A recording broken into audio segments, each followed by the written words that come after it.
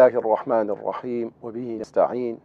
الحمد لله رب العالمين والصلاة والسلام على خير خلق الله محمد الأمين وعلى آله وأصحابه أجمعين. خۆشەویستان و بەڕێزان، السلام عليكم ورحمة الله وبركاته. لە زنجیرەی دووەم سەبارەت بە پەروەردەی منداڵێکی ساڵح و بەختەوەر لە دنیا و لە دوا ڕۆژ دەگەینەوە بە خزمەت ئێوەی بەڕێز. لە زنجیرەی پێشوو لەوانەی لە زنجیرەی یەکەم باسی بنەماکانی ئامانجەکانی هاوسەرگیریمان کرد. ئێستا کە لە زنجیرەی دووەم دەینەوە خزمەت ئێوەی بەڕێز و خۆشەویست سەبارەت بە بنەماکانی پەروەردەی منداڵ. بنەماکانی پەروەردەی منداڵ، هەر کەسێک کاتێکەوە ئیشێک کارێک دەکا، هەر کەسێک کاتێک دەیوێ شتێک دامەزرێنێ، باڵەخانەیەک، هەر ئیشێک شتێک دەبی بناغەکەی بەڕاستی تۆکمە و توند و تۆڵ و زۆر پتە و چاک بێ، بۆی بتانی حتا پێی بکرێ باری لەسەر دابنێت و دیواری لەسەر دروست کات و خانووی لەسەر دروست بکات، هەتا بەرگەی زەحمەتی و ناخۆشیەکان بگریتن، بەرگەی ڕوخان و هەڵدێر و هەموو ناخۆشیەک بگریتن ئەو بینایە.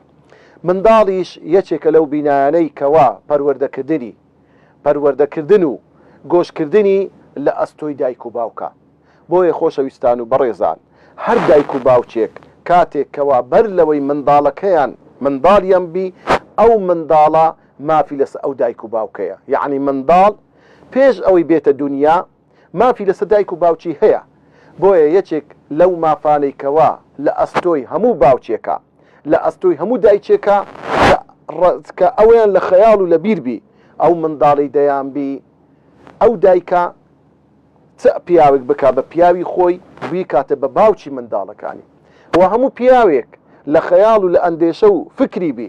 چ دایکێک چ ئافرەتێک هەڵدەبژێری دایکە بە دایکی منداڵەکانی، کەوا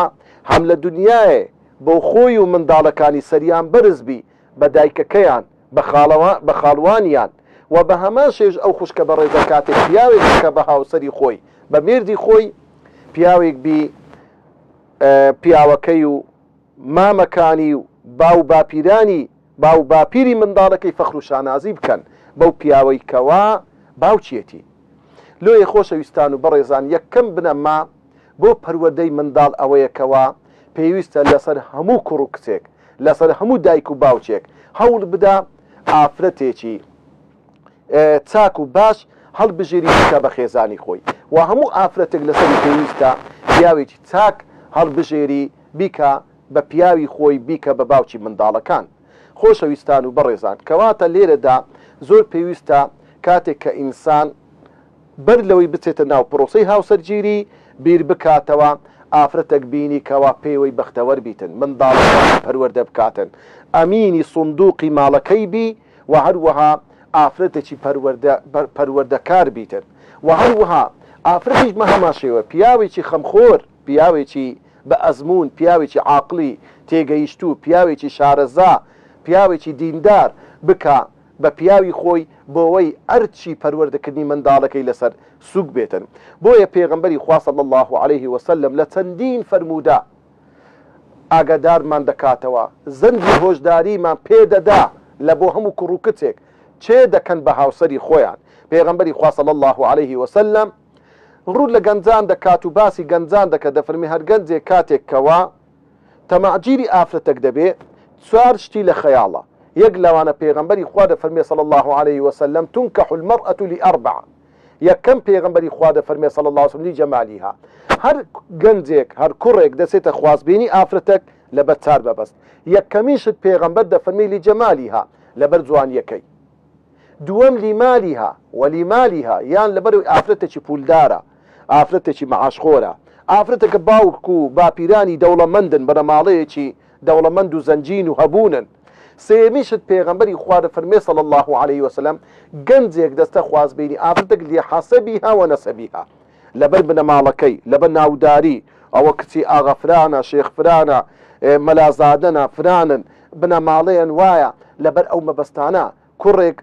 تەمەعگیری ئافرەتێک دەبی. لە پاشان پێغەمبەری خوا دەفەرمێ صلی الله عليه وسلم یاخود گەنجێک دەستە خوازبێنی ئافرەتێک ولدينها ياخذ لبرخات دينك انت پیغمبري خوا صلى الله عليه وسلم دفرن فظفر بذات الدين اي كرغنت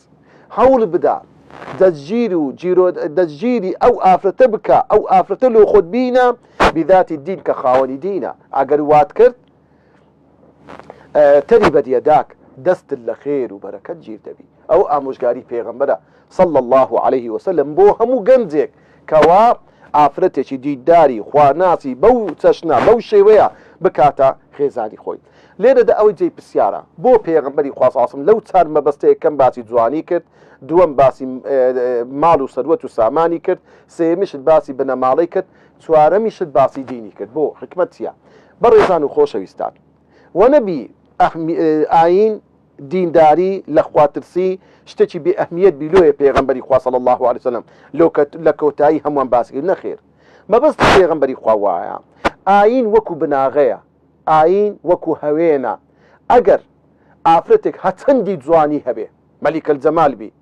ئافرەتێک هەچەندی دەوڵەمەند بی ئەو پەڕی دەوڵەمەندی بی ئافرەتێک ئەو پەڕی بنەماڵەی هەبیتن زۆر بەرزتر و بنەماڵەی گەورەتر بی لەسەر پیاوەکەی بەڵام خاوەنی دینبی ماڵەکەی جوانیەکەی بنەماڵەکەی هەری ناخەرەتێنیتن فەخر و شانازی لەسەر پیاوەکەی بکە دەیگێڕتەوە لەوەی چونکە خاوەنی دینە بە هەمان شێوە پێغەمبەری خوا صلی الله عليه وسلم ڕوو لە هەموو باوچێک دەکا ڕوو لە هەموو خوشتێکی بەڕێز دەکا کە ئافرەتەکە دەوێ پرۆسەی هاوسەرگیری بین و بکات و پیاوێک بکە بە پیاوی خۆی بە مێردی خۆی پێغەمبەری خوا دەفەرمێ صلی الله علیه وسلم ئەی خوشتی خۆم ئەی باوکەکان ئەی برا گەورەکان کاتێک دەتەوێت کچی خۆت بمێردەی کاتێک دەتەوێت خوشکەکەی خۆت بدەیە کوڕەگەنجێک پێغەمبەری خوا دەفەرمێ ئیذا ئەتاکم من تەرضەونە دینەه وخلوقه فزەویجوه ئەگەر کەسێک هاتە خوازبێنی کچەکەت ئەگەر کەسێک هاتە خوازبێنیت ئەی خوشتی خۆم دووشت ڕەچاوکە یەکەم دین بزانە ئەو کابرا دیری چۆنە دین بە معنای پەیوەندی ئەو کەسە لەگەر خوا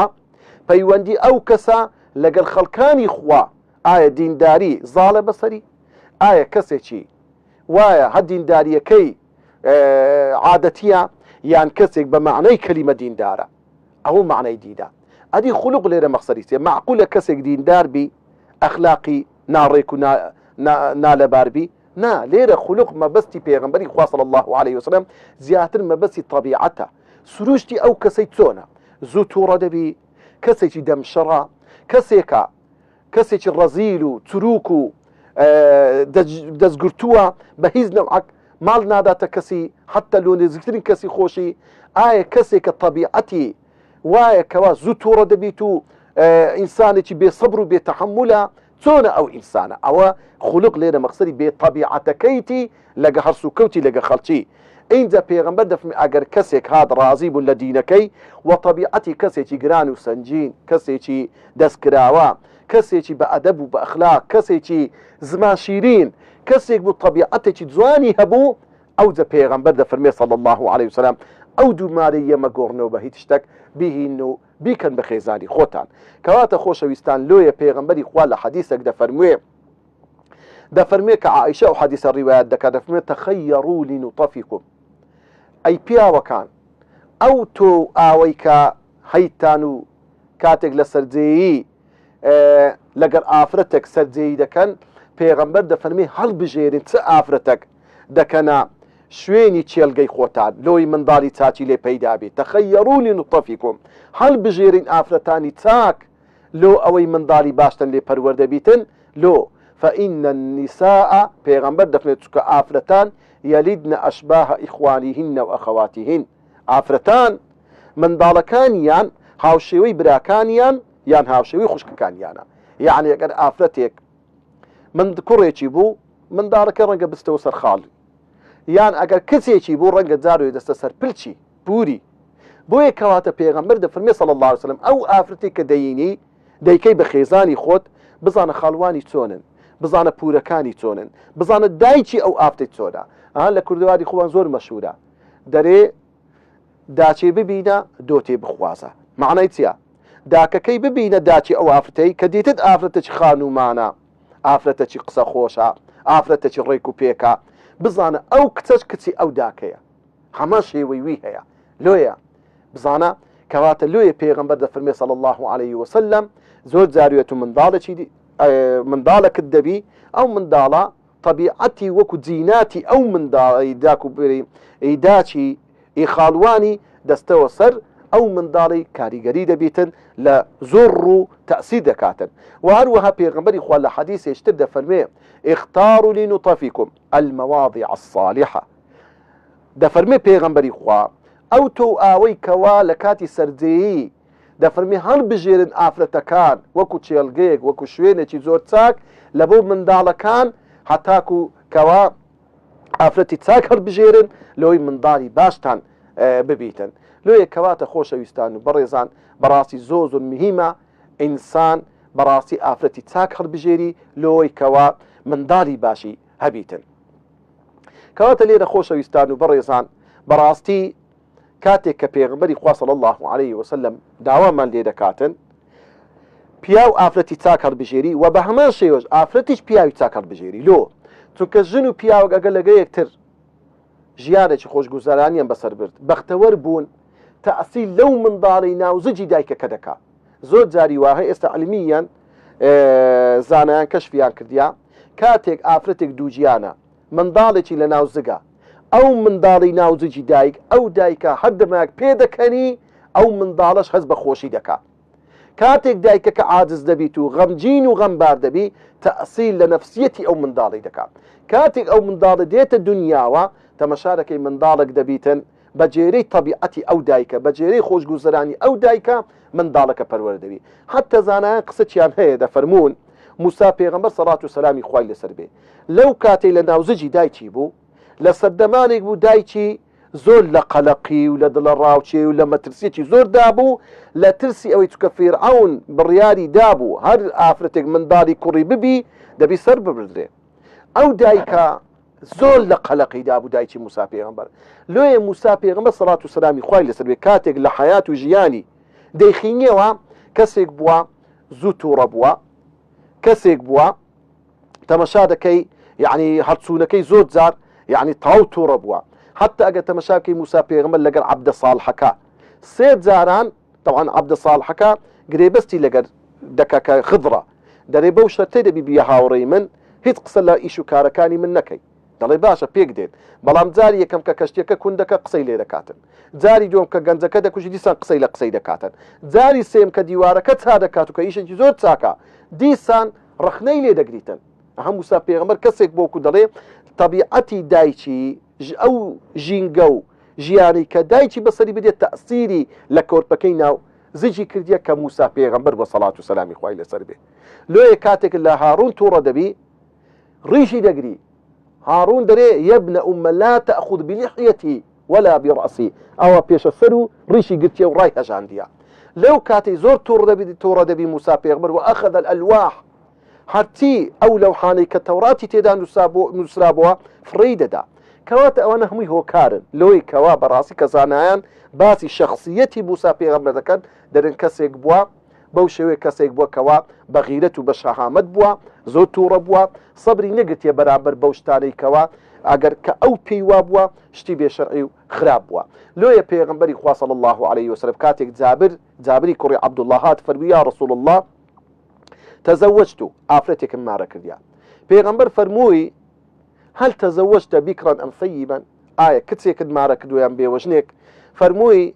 تزوجت ثيبا آفرتك بيوجن مارك دوا بيغمبر فرموي صلى الله عليه وسلم هل لا بكرا تلاعبها وتلاعبك فرموي هل لا بكرا خوزقا آفرتك كتدينا لو تلاعبها تو گەمە و دەستگەمە و شتی خۆش و سوعبەت و یاری و شتی خۆشن لەگەڵی دەکرد و ئەویش بە هەماشی و لەگە توچکە ئافرەت کە کچە زیاتر شەوق و زەوقی هەیە لە ئافرەتێکی بێوەژن کە جارێک لێی قەومایان تەلاق درایە ئەینجا دەبێتەوە هاوسەری دووە کەواتە خۆشەویستان و بەڕێزان بەڕاستی پەروەردەی منداڵ ئەرکێکی زۆر گەورەیە لەسەر دایک و باوک کە ئینسان دەبیتن ئافرەتێک هەڵبژێری ئەو ئافرەتە بی کە بتانی منداڵەکەتی پێ بسپێری کە پەروەردەیەکی چاک بکاتن لە بۆ ئەو منداڵە خاڵی دووەم و بنەمای دووەم لۆ پەروەردەی منداڵ ئەوەیە بەڕێزان و خۆشەویستان هەستکردن بە پرسپرسیارەتی داکو با بەرامبەر بە منداڵەکەی. خۆشەویستان، پێغەمبەری خوا صلی الله عليه وسلم لە فەرمودەیەک دەفەرمێ كلكم راع، هەر هەمووتان شوان، كلكم راع وكلكم مسؤول عن رعيته، هەر هەمووشتان لێپرسراون بەرامبەر بەو کەسانی لە ژێر دەستاندادا. اینجا پێغەمبەر دەفەرمێ صلی الله عليه وسلم والرجل راع عن أهله ومسؤول في رعيته، پیاو شوانە لێپرسراوە بەرامبەر بەچێ؟ بەرامبەر بە ماڵ و منداڵەکەی، و لێی دەپرسرێتەوە بەرامبەر ئەو کەسانی لە ژێر دەستیدان، لە خێزانی، لە کوڕی، لە کچی. والمرأة راعية في بيت زوجها ومسؤولة عن رعيتها، ئافرەت دایک لێپرسراوە بەرپرسە لە پیاوەکەی و لە ماڵ و منداڵی پیاوەکەی، لە پارە و پولی پیاوەکەی. والخادم راع في مال سيده، و هەروەها خزمەتچی لێپرسراوە لە ماڵی گەورەکەی خۆی، ومسؤول عن رعيته لێپرسراوە لە دەربارەی ئەو ئیش و کارانەی کە لەسەریتی بیکە. اینجا پێغەمبەر دەفەرمێ دیسان ئاگادار بن، هۆشیار بن، كلكم راعین، هەر هەمووتان شوانن، هەر هەمووتان لێپرسراون لە ڕۆژی قیامەتی خوای گەورە لێتان دەپرسێتەوە. ئەو حەدیسە ئیمامی بوخاری و مسلم ژێڕاویەتیەوە. بەڕێزان و خۆشەویستان، گرنگترین و گەورەترین لێپرسراویەتی دایک و باوک بەرامبەر بە منداڵ ئەوەیە عەقیدە و بیر و بڕوایە. ئەو منداڵە خوای گەورە کە دایتێت و منداڵێکی سەرمۆرە، ختمی ئیلاهی رب العالمین لە دڵی هەموو منداڵێکدایە. پێغەمبەر دەفەرمێ صلی الله عليه وسلم لەو فەرمودەیە ما من مولود إلا يولد على الفطرة، هەموو منداڵێک نییە لە دایک بی إلا لەسەر ئیسلامەتی لە دایک دەبی. ئەدی لەو منداڵە دەبتە جوولەکە، دەبتە مەسیحی، دەبتە ئاگرپەرست، دەبتە کەسێکی بێدینی خوانەناس، فأبواه يهودانه، داکو بابەکەیتی دەبنە سەبەبی ئەوەی ئەو منداڵە بتە جوولەکە، ئەو ينصرانه یان ببتە مەسیحی و گاورو، یا ئەو یمەجیسانی یان ببتە ئاگرپەرست. اینجا پێغەمبەر دەفەرمێ صلی الله عليه وسلم كما تنتج البهيمة الجمعاء، هەروەکو چۆن ئاژەڵێک کاتێک کەوا فەرخەیەکی دەبیتن، فەرخەیەکی تێر و تەواوی لە دایک دەبیتن ئەگەر بەخۆی تەواو بی. وهل تحسون فيها من جدعاء، قد بووە ئاژەڵێکی تەواو فەرخەیەکی خراپی بی؟ نا، لێ خوای گەورە دەفەرمێ یا أيها الذين آمنوا، ئەی ئەو کەسانی بڕواتن بە خوای گەورە هەیە، قوا أنفسكم وأهليكم نارا، خۆتان، ماڵ و منداڵتان، خێزانت، کوڕت، کچت بپارێزە. یەکەم جار خۆت، اینجا ماڵ و منداڵەکەت پارێزە لە چی؟ نارە، لە ئاگرێک کە ئەو ئاگرە وقودها الناس والحجارة، سوتەمەنیەکەی بەرد و مرۆڤەکانن. خوا پەنامە بدە یا ڕەبی. کەواتە بەڕێزان و خۆشەویستان دەبی بزانین بەنەمای دووەم ئەوەی هەستکردنە بە بەرپرسیارەتی کە هەموو پێغەمبەران سەڵات و سەلامی خۆیان لەسەر بێ لە ماڵ و منداڵێکی خۆیان دەست پێ کردووە. ئیبراهیم پێغەمبەر بە یا ئەبەتی لەگەرم ئیسماعیل و ئیسحاقی کوڕەکانی خۆی، یعقوب پێغەمبەر لەگە کوڕەکانی خۆی یا ئەبەتی یا بونەیە، لوقمانی حەکیم لە منداڵەکانی خۆی نەسیحەتی دەکاتن، داواکارین لە خوای گەورە عاقبەتی هەموو لایەکمان خێر بکە، منداڵ و وەچەونەوەی ساڵحمان بە قسمەت بکە، هاوکار و پشتیوانمان بی خوای گەورە لەوەی منداڵی باش و چاک و بە ڕەوشت و بەختەوەر پەروەردە بکەین. وصلى الله على سيدنا محمد وعلى آله وصحبه أجمعين.